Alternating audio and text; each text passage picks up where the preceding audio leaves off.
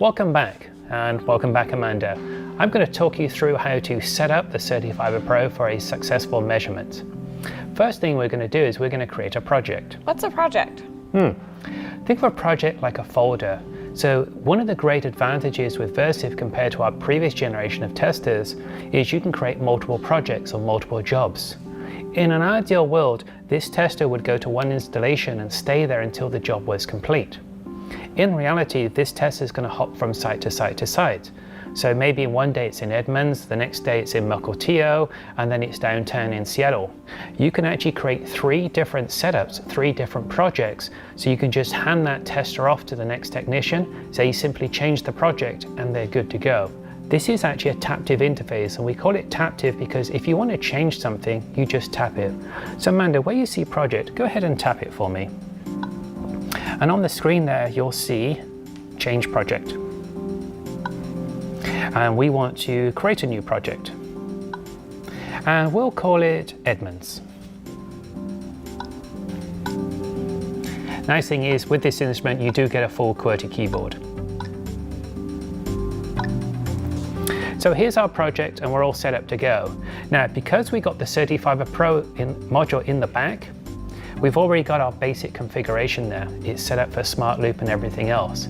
So to change our test setup, what are we going to do? Let's tap where it says Smart Remote. Okay, so here now we see the basic setup configuration of our instrument. And looking at the instrument here, we see that we're using the CertiFiber Pro module. And the next thing we got down here is our test type. Go ahead and tap test type for me, Amanda. And you get 4 test types here, so you can use this tester in different modes. There is Smart Remote, where we're using the remote tester there, and we're testing 2 fibers at the same time. The other one on here is Loopback. Loopback you're typically not going to use, and that's exactly what it suggests. You're going to loop back the fiber at the far end and it comes back into the instrument. There is also far end source, where we can just turn that into a simple source. So if we wanted to measure just one fiber, we can now measure one fiber. And unlike the previous DTX, we can measure both wavelengths on one fiber at the same time. That's really important when you're doing single mode. And then finally, there's Fiber Inspector. And that just leads me on to one of the most important things about fiber testing. This is the optional camera that you can get that's going to allow us to inspect these test reference codes on the table. If you don't have any form of fiber inspection device, you are not going to be successful, because you're going to be using one of these click clean pens, but you're going to clean it, but you don't know whether it's clean or not. We have a nice separate video later on about the F57000 and inspection and cleaning, and we'll cover that a little bit later. But I don't want to dismiss the importance of inspection and cleaning as well. So that would be your fiber inspection setup. We're going to leave it in Smart Remote. So Amanda, tap Smart Remote for me. That's fantastic. Looking down on the next option here, we have bidirectional. Now this can be an emotive decision. What I would say here is, look at your test specification. If your test specification calls out bidirectional, turn this on. Just be aware of, none of the cabling standards in ISO or TIA require bidirectional testing, but your vendor may or your consultant may, so always look to your test specification. So our next selection is fiber type. Go ahead and tap fiber type, Amanda. And if you've seen our other video on the DSX5000, this may seem very familiar, and that's one of the advantages in using the Versiv mainframe is you have that common user interface. It becomes very familiar to you to use really quickly. So looking at the screen here, we put the 3 most common ones that people will use today. If you want more, go ahead and tap more. And just like our DSX5000 video that we shot the other day, we see the very same various options, generic, custom, and we do have a manufacturer's library, but the vast majority of people will tap generic. So go ahead and tap generic for me. And in here, we see our standard options for OM1 through OM4, OS1, OS2. We're going to select OM3. Go ahead and select OM3 for me. Now, that does impact your measurement in the following way. So just like that DSX5000 video we did with MVP, the nominal velocity of propagation, which helps determine the length, on here this is the same thing, but instead it's refractive index. And so when you change that cable type, it is going to impact the length reported on here.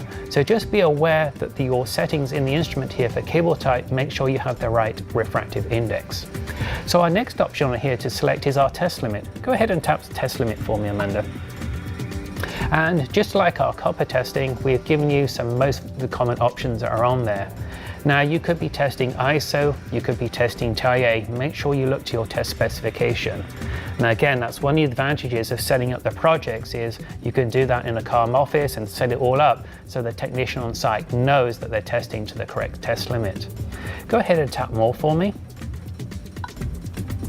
And again, we see the same folders, TIA, ISO, and everything else. Go ahead and tap TIA for me. And because we selected a multi-mode cable, we get a multi-mode option. If you wanted the TIA option for single mode testing, first select a single mode cable, and then you would get that single mode option here on the test limit. So we're going to use the TIA 568C multi-mode. Go ahead and tap that for me. So our next option on here, Amanda, is our reference method type. This has to be the most single cause of phone calls coming into the Technical Assistance Center. If you are certifying a cabling system for a warranty and you're going from patch panel to patch panel, you should be doing the one jumper reference. Failing to do a one jumper reference can result in the rejection of your cabling warranty. Go ahead and tap that one jumper reference for me. Now we've somewhat simplified this compared to our previous test of the DTX, so everything is on one screen here.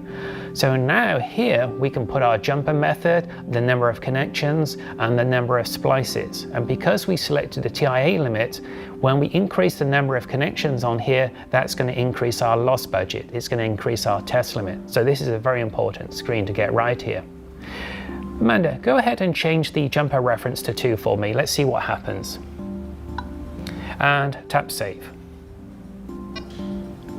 Oh, we got a warning.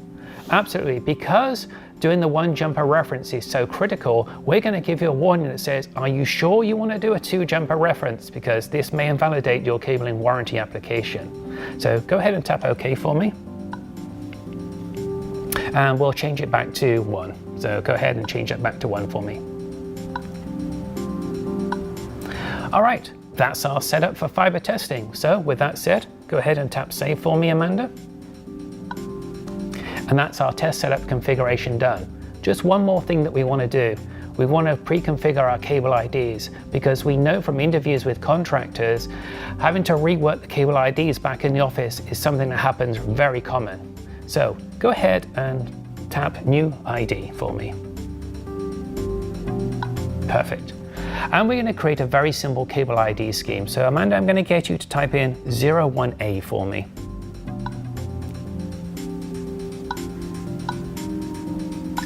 Okay, and then tap underneath there for the next one. And we're going to change that to 12B. So take it out totally and change it to 12B. Okay, now we have a review option on here. So go ahead and tap review for me. Oh, I got another warning. I haven't actually assigned this cable ID to a test sequence. So go ahead and tap OK for me. So on the screen here, you'll see all the very different measurements that this can do. The one that we want to select is the loss testing. So go ahead and tap the little square box where the loss testing is. There you go, perfect. Now tap review. Okay, so now we get to see the review. Now you'll notice here that it goes 01A, 01B. If you were doing a normal sequence, the next one would jump to 01C. But because we configured the sequence in advance, it's smart enough now to go to 02A. This really speeds up the testing, makes it very rapid. So that's our test setup complete. Now you can do that in the tester here in advance, or you could use our Linkware Live cloud service. If you have Linkware Live Professional, you can configure all of this, including the cable IDs, up in the cloud, back at your office, in your truck, or in your hotel. And then when Amanda is in the field and she connects to Linkware Live and synchronizes, it will download those setups into the instrument.